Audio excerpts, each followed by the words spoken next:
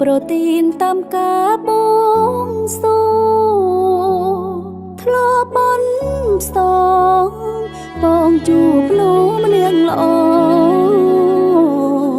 រួមដំណើរជាមួយក្នុងនាមគូស្រករស្មងសកំតគ្នាដល់ចឹងគេធ្យូអូនបងតែងផ្ដល់លេដំឡៃរកក្បាយថ្លៃពីស័យថ្កុំកើងនឹងបងគិតគូរាំងសាអូនដោយព្រះនាងម្ចាស់កក់ក្ដៅខ្លាំងណាស់បានបងទៅនងថែចាបេះដូងអូនអើយអ្វីអាចប្រៀបស្មើបងទៅ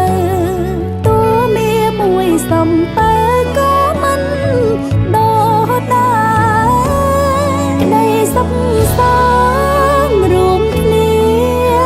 ទុកជាប្រពុទ្ធសាសនារួមរស់ស្មងមិនប្រែស្នេហ៍ណានិរន្ត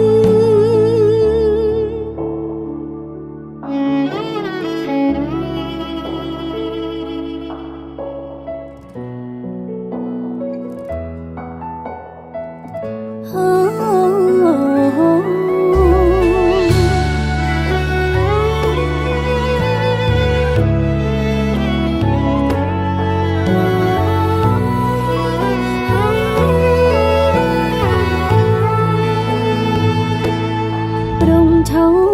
មឆាយជីបកាយសំណាងនៃអូកាបេងដងសុំថែជាប់ក្នុងដៃបងប្រងគុល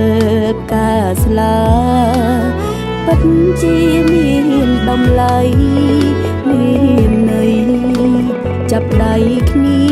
រក្សាខា